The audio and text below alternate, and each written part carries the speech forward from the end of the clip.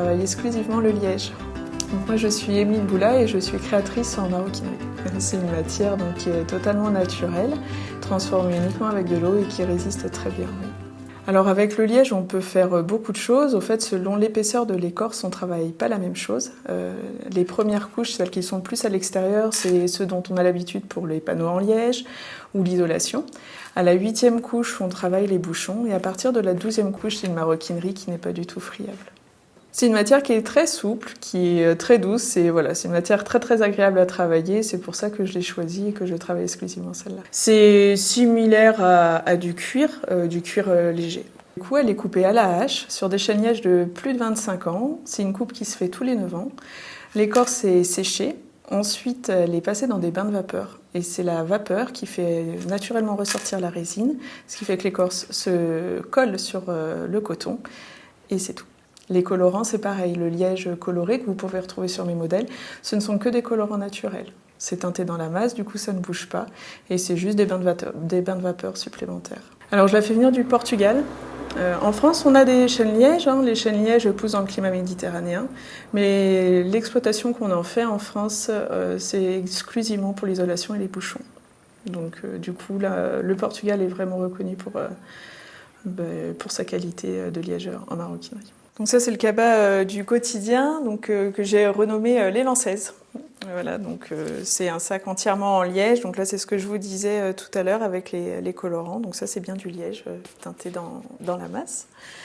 Donc voilà, en cabas on en a un peu plus grand. Ça c'est le modèle du coup le Griou. Et ensuite, pour ceux qui sont plus bandoulières, je présente le modèle Casteltinet. Et pour le plus petit en minimum, le Roucol. Là, pour les hommes, j'ai les porte-cartes, j'ai les porte-monnaies. On a les porte-chéquiers qui font hommes aussi. Et les porte-documents pour la voiture ou pour le passeport. À chaque début de saison, je lance une collection éphémère. Donc, ce sont des créations réalisées en 1 ou 2 exemplaires et toujours à motif. Donc là, comme par exemple la collection éphémère été 2023. J'ai voulu m'installer sur Thiézac parce que c'est là où j'habite et quitte à développer une économie locale, je préférais le faire sur le village que j'affectionne. J'ai beaucoup aimé le défi de faire une boutique artisanale dans un lieu qui ne s'y prêtait pas du tout. Nous, la commune, on a été de suite partants. Avec mes collègues, c'est un projet qui nous a séduit. Donc on a fait appel à des artisans locaux pour refaire la boutique. Donc nous on a fait tout ce qui était installation électrique, tout ce qui était isolation, tout ce qui était vitrine, peinture, voilà. Et l'intérieur, donc par contre c'est Emeline qui a assuré le coup. Au passage j'avais demandé quelques fonds européens, mais on avait une très bonne note, mais il n'y avait plus de fonds, donc ça c'est un peu rageant quand même au passage. Voilà, donc bon, c'est un investissement qui est aux alentours des 20 000 euros. Mais qui nous embellit l'entrée de bourg. Enfin, tout le monde, c'est vraiment du gagnant-gagnant. Vraiment un projet qui, j'espère, en amènera d'autres, puisqu'on a l'ambition, notamment un vieil hôtel, voir si on ne peut pas accueillir d'autres personnes. Un peu sur la même idée. Ça s'est fait quasi naturellement. C'est-à-dire que c'était quelqu'un qui déjà avait beaucoup d'activités sur la commune, qui a cherché un local. Alors c'est vrai qu'on a cherché dans le bourg, ça n'a pas été facile. Et puis l'opportunité de la station-service. En fait, la station-service qui est toujours en fonction, c'est sous régie communale, ça a précisé quand même, c'est important.